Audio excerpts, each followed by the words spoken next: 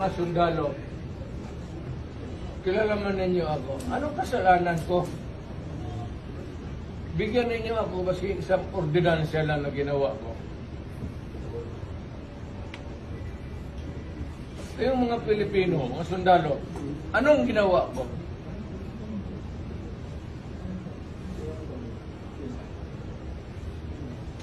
Pitanungin ko kayo. Saan galing ang demanda? Sa Amerikano. O tatapos ganunin ninyo yun. Sir, we'll press this out ng proper phone. Hindi ito, sir. Hindi ito ang proper phone. Walang judge dito, sir. Kaya nga. Pag-usap siya. Wala nga judge dito, sir. Meron na. Pag-usap siya. Ano na, sir? Maniwala kayo yung petition sa Supreme Court. Can you ask the Supreme Court? Wala sa pagkain, sir. It's not in my salary grade, please. Wala yun, sir. Please. Alam ko. Alam mo, huwag naman tayo mang madalian. Nag-uusap tayo dito. Sabi mo, sir, itong lang, sir. 8:30 na, sir. May hinihintay ako ng anak. Hindi, siya. Ako na record. Ako na record. Ako ang humingi ng 30 minutes. Ang anak ko pupunta dito.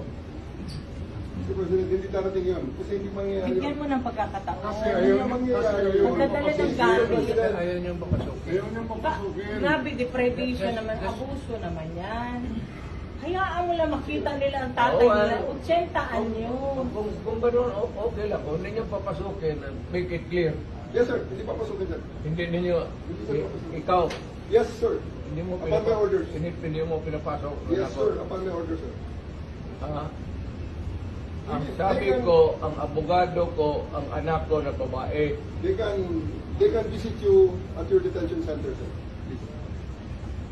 Sige, sir. Para tapusin tayo. Paano mo na lang? Mapapagod na si Presidente, ma'am. Paniwala kayo.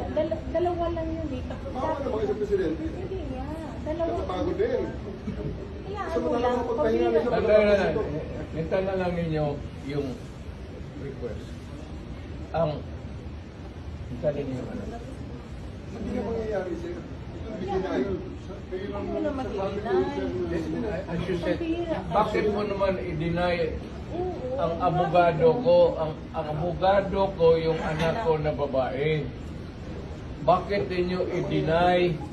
Bakit wala mangyayari, sir? I-tape mo lang, i-tape record ninyo kasi Ay, sir, ang dami na nakabigyan, sir. Ang dami na nakabigyan. oh. I'll go to jail for this, sir. If necessary. Yes, of course. I'll go to hell also for this. Yes, sir. Sino ka siya? Kaya na, mag-decide ako kung dadating ba ang mga anak ko hindi, at kung hindi ninyo pinapasok. Papasukin mo na lang yung anak. Mahawa ka na lang para na makabasa. Kasi yung anak, Sir, matapos ito, sir, Papasukin papasukin mo. Hindi matatapos ito, sir, pag hindi kayo sumunod. and Napakasimple lang, sir. allow me to consult my lawyer who is my daughter.